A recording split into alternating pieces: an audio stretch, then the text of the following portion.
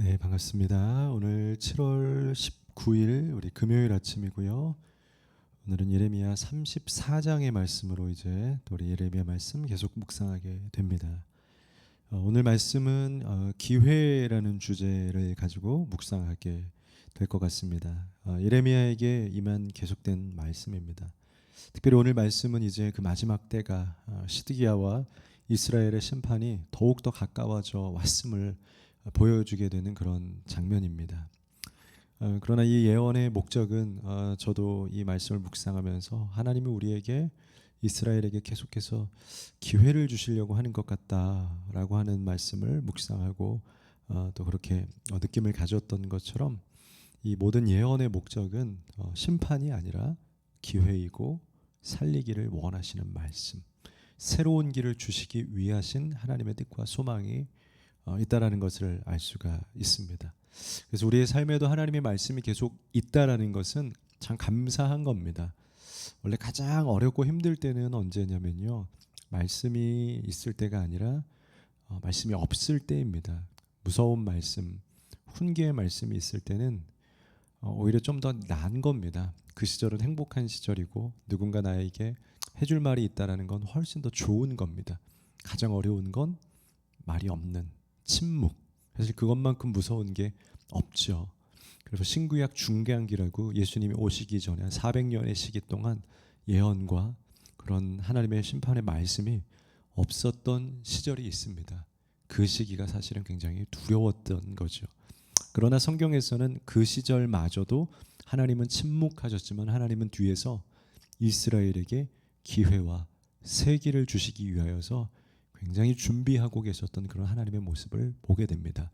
오늘 말씀도 동일합니다. 하나님께서 심판의 예언의 말씀을 주시지만 이것은 바로 하나님께서 이스라엘에게 좋은 기회를, 구원의 기회를 주시기 위하심입니다. 1절, 2절 한번 읽어보도록 하겠습니다. 1절, 2절입니다. 바벨론의 느부갓네살 왕과 그의 모든 군대와 그의 통치하에 있는 땅의 모든 나라와 모든 백성이 예루살렘과 그 모든 성읍을 칠 때에 말씀이 여호와께로부터 예레미야에게 임하여 이르시되, 이제 실제적 역사의 사건입니다. 이제 바벨론과 주변에 있는 국가들이 이스라엘을 치기 시작했다라는 겁니다. 2절에 이스라엘의 하나님 여호와께서 이와 같이 말씀하시니라. 너는 가서 유다의 시드기야 왕에게 아뢰어 이르기를, 여호와의 말씀에 보라, 내가 이 성을 바벨론 왕의 손에 넘기리니 그가 이 성을 불사를 것이라. 지금 이 하나님의 예언의 말씀은요, 지금뿐만이 아닙니다. 지금 또다시 예레미야에게 임하였고, 이 전쟁의 시기에 예레미야에게 가서 말씀을 선포해라라고 하나님의 말씀이 있었던 것뿐이지 하나님 동일한 말씀을 사실 계속해서 했습니다. 바벨론을 저항하지 말고 그들에게 굴복해라.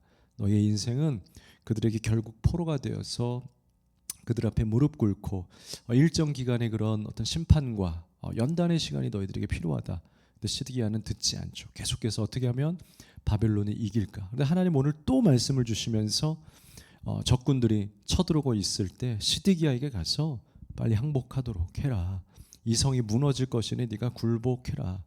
하나님이 왜 그러고 있습니까? 오늘 이 1, 2절 말씀을 보면서 하나님 왜 이 반복되는 동일한 말씀을, 사실 권위자들은, 높은 사람들 있죠, 위에 있는 상급자들은, 상관들은요, 사실 말 여러 번 하는 거 원치 않습니다.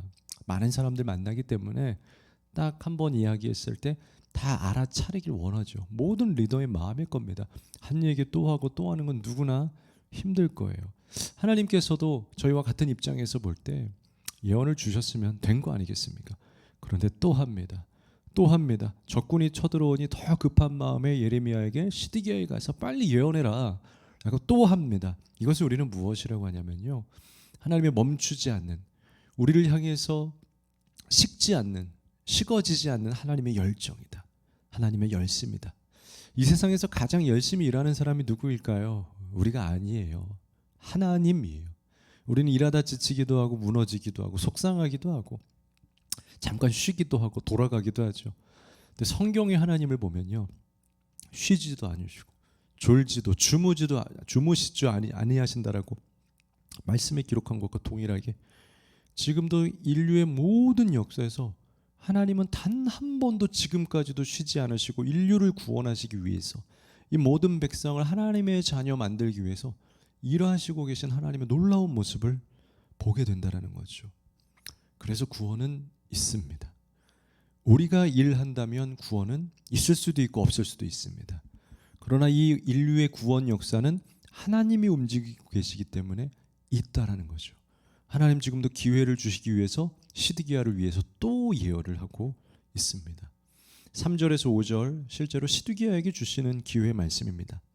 내가 그의 손에서 벗어나지 못하고 반드시 사로잡혀 그의 손에 넘겨져서 내 눈은 바벨론 왕의 눈을 볼 것이며 그의 입은 내 입을 마주대하여 말할 것이요 너는 바벨론으로 가리라. 오늘 시드기야가 바벨론으로 가게 될 것이다라는 걸, 포로로 가게 될 것이라는 걸 예언합니다.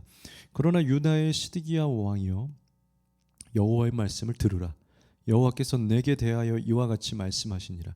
네가 칼에 죽지 아니하고 평안히 죽을 것이며 사람이 너보다 먼저 있은 내 조상들 곧 선왕들에게 분향하던 것 같이 내게 분향하며 너를 위하여 애통하기를 슬프다 주여 하리니 이는 내가 말하였습니다. 여호와의 말씀이니라. 지금 예레미야가 죽게 될 것이라고 예언해요. 그런데 고통스럽게 죽지 않고 바벨론까지 가게 될 것이고 너의 선조들의 다른 왕들이 자신의 무덤에 묻혔던 것처럼 너도 그렇게 안전하게 묻히게 될 것이다 라고. 이 시드기야에게도 하나님께서 오늘 이 시드기야를 향한 말씀으로 그의 인생의 종말을 예언합니다. 그리고 평안히 죽을 것이라고. 근데 여기서 말하고 있는 이 평안히 죽을 것이다라는 건 정말 행복하게 죽는다는 이야기를 한 것이 아닙니다.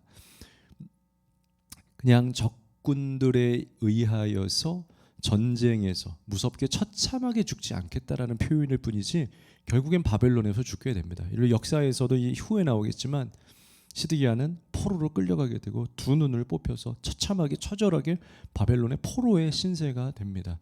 그리고 인생을 마감을 하게 된다는 거죠. 전쟁에서 전쟁하다 죽지 않았을 뿐이지 그의 인생은 결국은 죽음을 맞이하게 됩니다.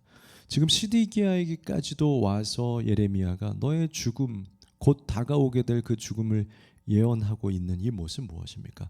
바로 이제는 시드기야에게 직접적으로 이제 다른 사람의 이야기, 이스라엘의 이야기가 아니라 당신의 미래이다. 이 말씀은 너의 말씀이다라는 것을 가르쳐 주는 거예요, 여러분. 여러분, 하나님께서 주시는 이 말씀은 바로 나를 향한 말씀이에요. 때로는 어쩔 때는 우리가 사명과 비전에 빠져 있어서 어떤 이 말씀과 어떤 기도의 제목이 특별히 그럴 때 있어요. 집회를 인도하거나 또 예배팀으로 갈 때 우리 예배팀원들도 그럴 때가 있어요. 강단에서 선포되어지는 말씀을 보면서 저기 있는 회중들이 은혜 받기를 기도해요. 그리고 때로는 어쩔 때가 있냐면요, 그 말씀이 우리가 인도하는 팀이다 할지라도 나를 향한 말씀일 때가 있어요. 그러면 오히려 행복한 거하고 깨달은 거예요. 또 어쩔 때 어떤 착각이 있냐면 저들만은 위한 말씀이다. 우리는 그냥 뒤에서 탁 시원하게 쉬고 심지어 찬양할 때는 밖에 나가 있고 밖에 나가서 놀다가 탁 뒤에 찬양할 때만 쏙 들어와서 이건 쟤네들의 말씀이니까 나는 그냥 이걸 준비하는 사람이다. 난 좋은 사람이다라는 환상에 어떠한 이미지에 빠져 있는 경우가 있다는 거죠. 말씀을 가장 좋을 때는 이것은 나에게 주시는 말씀이라. 근데 그럼에도 불구하고 그 중에서도요, 어떤 팀원들은요, 그 한 가지 말씀, 사실 자기에게 주시는 말씀이 아닌데도 저기 있는 청소년들을 위해서 또 집회에 오신 성도님들을 위해 주시는 말씀인데 이것은 나의 말씀일 수 있지 않을까. 내가 은혜 받고 싶어서 그 피곤한 시간에도 또 이 자리에서 끝까지 말씀 듣고 또 뒤에 예배할 때는 또 헌신하고 봉사하면서 그 모든 것을 하는 사람이 있어요. 그래서 왜 그럽니까? 나에게 주시는 말씀을 듣고 싶어서. 오늘 시드기야에게 주시는 말씀인 거예요. 시드기야의 결말, 시드기야에게 죽음이 왔으니 이건 너의 사역이 아니라 너의 어떤 네가 일하는 이 백성들의 삶이 아니라 너의 삶이야. 그러니 이 말씀을 들어야 된다. 너 살기 원하니? 그럼 그 말씀대로, 예레미야의 말씀대로 순응하고 순종하자. 오늘 이 말씀은 우리를 향한 말씀이어야 한다라는 것입니다. 마지막으로 6절에서 7절은요, 이제 이스라엘에게 주시는 기회, 시드기야뿐만이 아니라 이제는 나아가서 이스라엘 국가에게 주시는 기회의 말씀을 보여주십니다. 6절, 선지자 예레미야가 이 모든 말씀을 예루살렘에서 유다의 시드기야 왕에게 아뢰니라. 그때 바벨론의 왕의 군대가 예루살렘과 유다의 남은 모든 성읍들을 쳤으니 곧 라기스와 아세가라 유다의 견고한 성읍 중에 이것들만 남았음이더라. 여러분, 이제 바벨론이 공격하여서 남쪽의 모든 나라들이 무너지고 모든 성읍들이 다 무너지고 라기스와 아세가와 이제 마지막 예루살렘 땅만 남아 있다라는 겁니다. 그래서 다행인 것은요, 아직도 이스라엘이 완전히 무너지지 않았다라는 거예요. 그 시점에 한 번 더 말씀을 주시는 이유가 뭡니까? 이스라엘을 구원하시려고 그들에게 또다시 기회를 주셔서 아직 빼앗기지 않은 그 마지막 성읍들이 버텨내어서 이제는 하나님 말씀대로 싸우지 말고 무릎 꿇고 결국 회개하라는 거죠. 패배해라 져라라는 데 포인트가 있는 것이 아니고 하나님 앞에 회개하고 돌아오고 결국은 바벨론에게 그 심판을 받게 되는 것처럼 그냥 무릎 꿇고 가라. 지금은 하나님의 심판이다. 그러니까 이 싸움에서 이스라엘 백성들과의 가장 표면적인 내적인 전쟁은 무엇이냐? 이것이 하나님이 너희를 향한 심판이다. 이 전쟁은 영적 전쟁이다. 그걸 인정을 못하고 있는 것이 시드기야가. 이스라엘이 그걸 모르고 있다라는 거예요. 그걸 모르고 이거 그냥 전쟁이니까 우리가 싸워 이기면 됩니다. 우리 이스라엘이에요. 다윗도 있었고 우리 골리앗도 이겼던 민족입니다. 우리 눈앞에 보이는 표면적 전쟁이 중요한 것이 아니라 그래요. 그건 이길 수 있습니다. 그거는 때로는 이길 수도 있고 질 수도 있는 일이에요. 그런데 하나님이 예레미야가 계속해서 주시는 말씀 무엇이냐면 표면적 전쟁이 아니라 그 속에 있는 이유를 알고 있느냐. 왜 이 전쟁이 일어나고 있는지. 이것은 너희가 우상을 숭배하고 하나님을 버렸던 그 심판 한가운데 있는 것 아니니. 그러니까 이 전쟁에서 지고 이기고가 중요한 것이 아니고 나에게 돌아오렵나 회개하라구나. 그걸 하나님이 주시고 이스라엘에게도 끝까지 주시는데 이스라엘이 깨닫지를 못합니다. 시드기야가 끝까지 깨닫지 못하고 아니요 할 수 있습니다라고 그 전쟁에서 패배하게 된다는 것이죠. 우리를 살리시려고 우리에게 그 하나님의 영적 의미를 주시려고 계속해서 기회를 주시고 여러 각도에서 나에게 공동체에게 우리에게 말씀을 주시고 계속해서 임재하시는 그 하나님, 그 기회로 살리시는 하나님의 음성을 들으시고 오늘도 우리 기회 포착, 기회를 붙잡자. 그러면 살 수 있다. 여러분들은 어떤 시기에 있습니까? 지금 어떤 순간에 있습니까?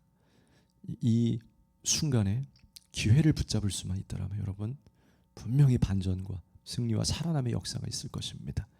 기도하겠습니다. 거룩하신 하나님, 이스라엘 백성들이 하나님께서 사랑과 생명으로 주시는 그 영적인 기회를 붙잡지 못합니다.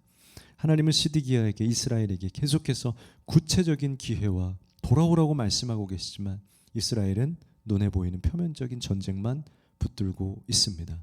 하나님, 우리 삶에 있는 이 영적인 전쟁, 그 속에 담겨있는 하나님의 기회를 찾게 하시고 깨닫게 하여 주셔서 주님께 돌아오는 우리 모두가 되게 하여 주옵소서. 예수님 이름으로 기도합니다. 아멘.